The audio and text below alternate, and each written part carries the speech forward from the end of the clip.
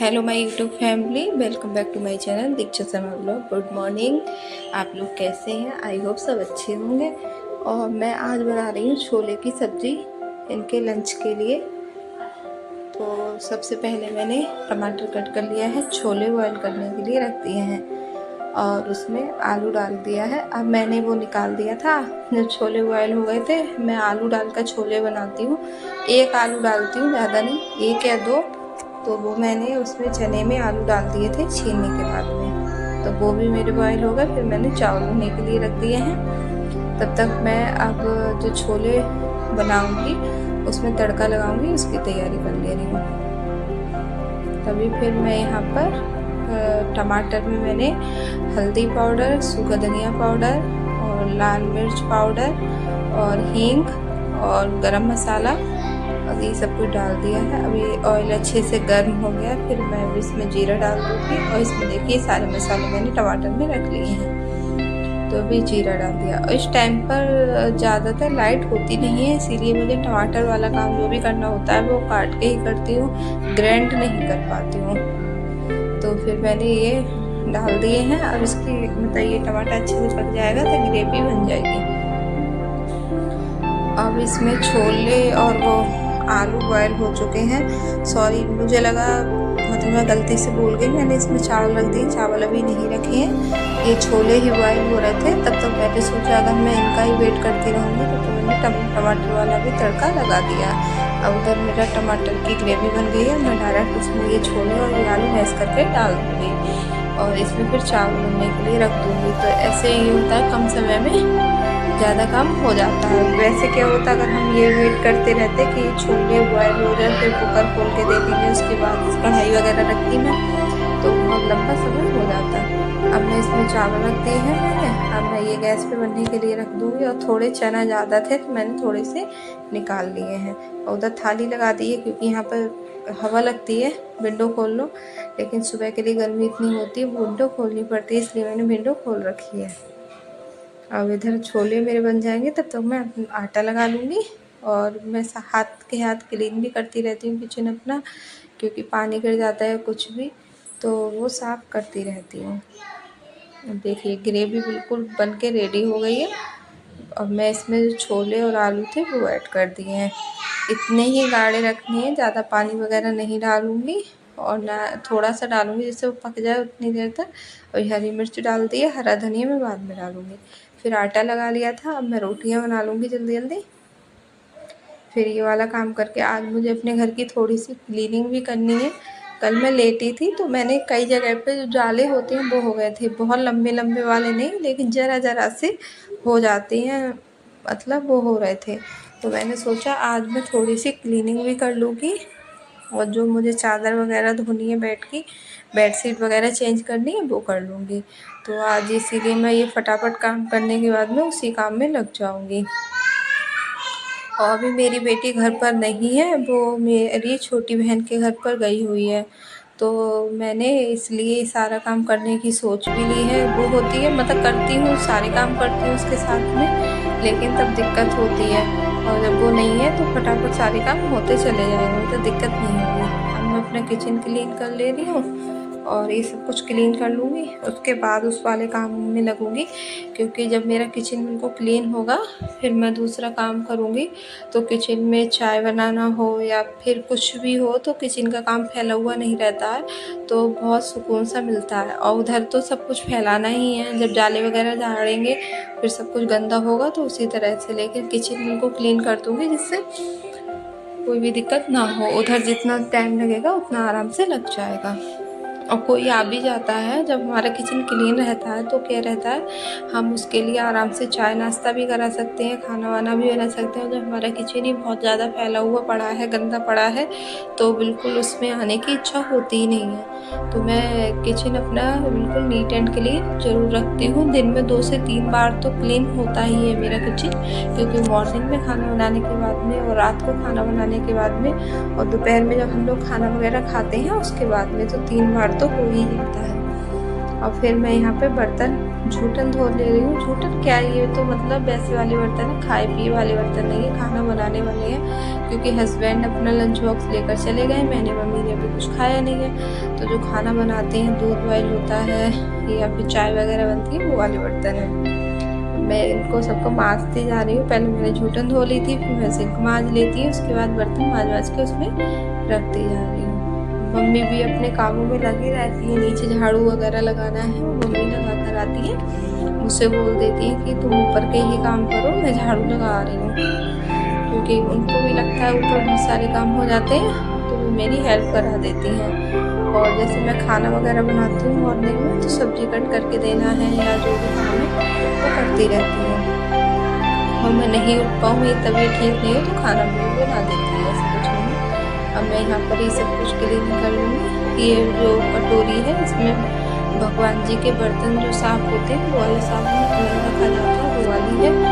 और ये जो प्लास्टिक की, क्या बोलेंगे इनको,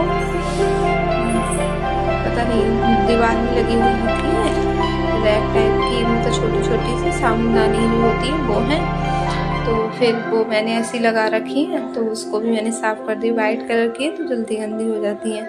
अब मेरा किचन बिल्कुल क्लीन हो गया। अभी बर्तन पानी जब इनसे निकल जाएगा तभी इनको स्टैंड में लगा दूँगी।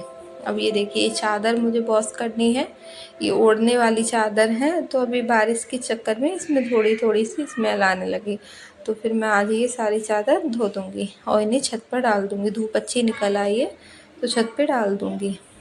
अब यहाँ पर मुझे ये सारे ये जाले वगैरह साफ़ करने हैं, तो सबसे पहले मैं ये कुशन हटा दे रही हूँ, क्योंकि इन पर गंदगी गिरेगी।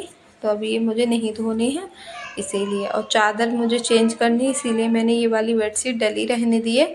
अगर मैं इसको हटा देती तो गद्दों पे गंदगी गिरती, तो मैंने ये चादर बाद में हटाऊँगी जब जाले मार दूँगी, साफ़ कर दूँगी।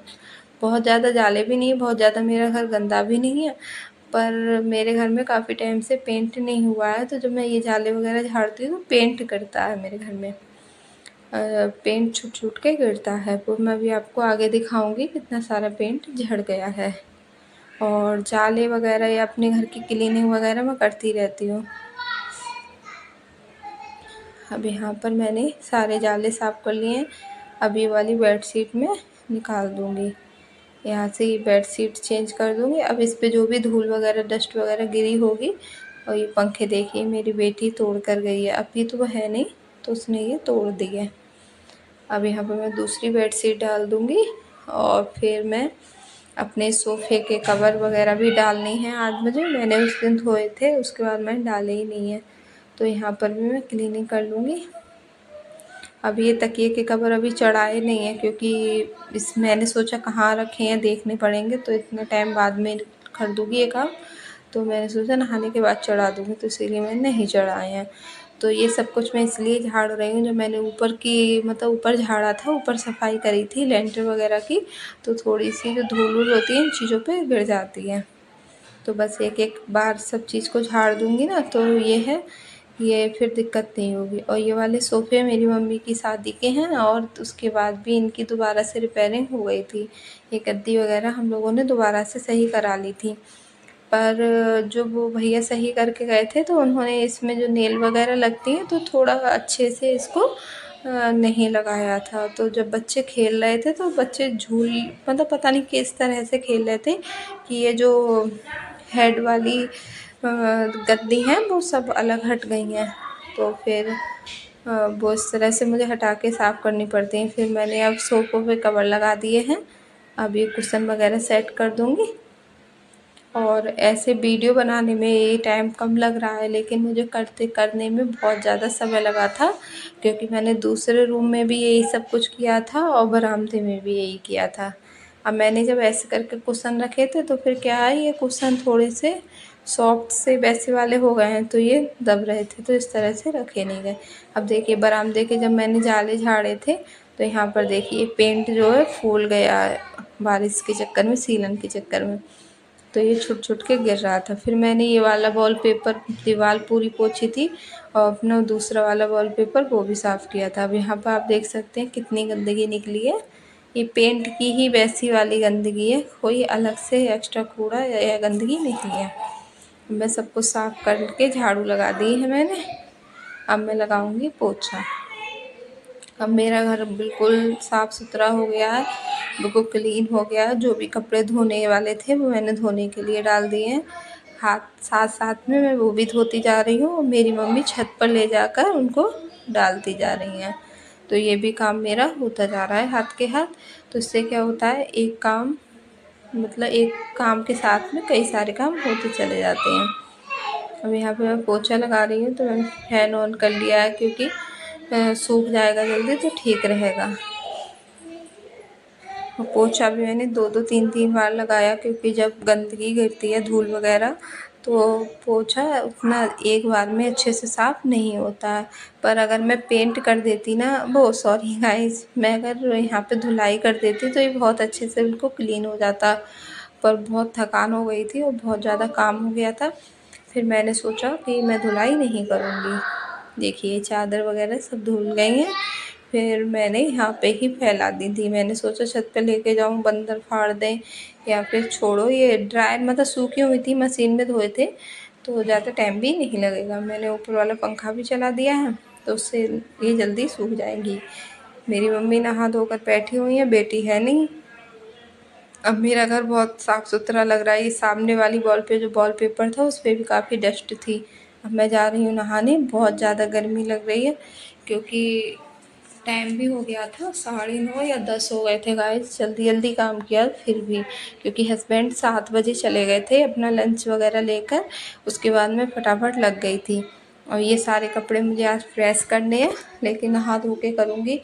अब बहुत ज़्यादा गर्मी लग रही है, मेरी हिम्मत नहीं है कि मैं इन कपड़ों पे प्रेस कर पाऊँ। अब मैं नहा ली थी, फिर मैंने भोग लगा दिया था लड्डू गोपाल के लिए, आम का और नाशपाती का। मेरे हस्बैंड लेकर आए थे, मतलब नहा मैं पहले ली थी, उसके बाद ये भोग मैंने 2:30-3 बजे लगाया था। हस्बैंड नाशपाती और ये लेकर आए, बोले वो दीक्षा कान्हा जी का और भोग लगा दो फिर खा लेंगे। फिर मैंने उनके लिए खाने के लिए दे दिए थे। यहाँ पर ये प्रसाद बन जाता है तो हम सब लोग खा लेते हैं। और उनके लिए आम छील कर दे दूँगी, दे दिए हैं। और फिर इस तरह से वो खाकर अपने कोचिंग पढ़ाने के लिए चले जाएंगे।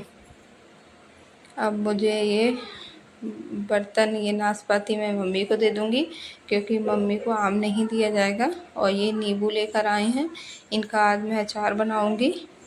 तो ये साफ़ करके मैंने रख दिए हैं धोने के बाद। अब नींबू का अचार डाल रही हूँ मैं। तो इसके लिए मैंने जो गरम मसाले होते हैं उनको मैंने कूटने के बाद में पीस लिया है। फिर उसमें काला नमक, सफ़ेद नमक और थोड़ी सी चीनी डाल के एक मतलब मसाला तैयार कर लिया है। अब इन नींबुओं में मैं भरती जाऊँगी। ये देखिए 4-4 पीस कर लिए हैं और काफ़ी अच्छे नींबू हैं, इसमें बहुत सारा रस था। अब ये मसाला इसमें डाल के इस डिब्बे को मैंने रख लिया अपने पास में, इसमें सब रख दूँगी इस वाले डब्बे में।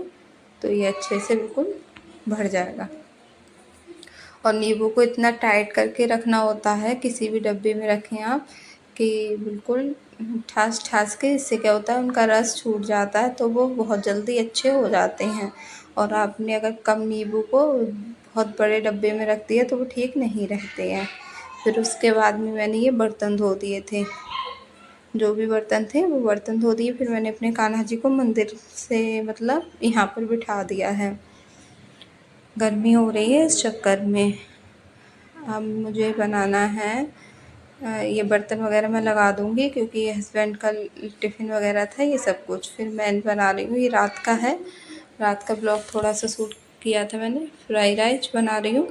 तो मैंने बंद गोभी और शिमला मिर्च और सोयाबीन की बड़ी ली है और उसमें जीरे का तड़का लगा के ये डाल दी है। फिर मैंने सिरका डाला है, वाइट वाला विनेगर, उसके बाद सोया सॉस डाली है। अजीनोमोटो हम नहीं खाते हैं, वो नहीं डाला है। ना कोई प्याज लहसुन वगैरह खाते हैं, इसीलिए वो भी नहीं डाला है। तो इस तरह से मैं अपने सिंपल से फ्राइड राइस बनाती हूँ। अब ये सब कुछ अच्छे से गल गई थी, फिर मैं इसमें चावल डाल दूँगी। और ये देखिए मेरे फ्राइड राइस बन के रेडी हो गए हैं। आ जाइए आप लोग भी खा लीजिए।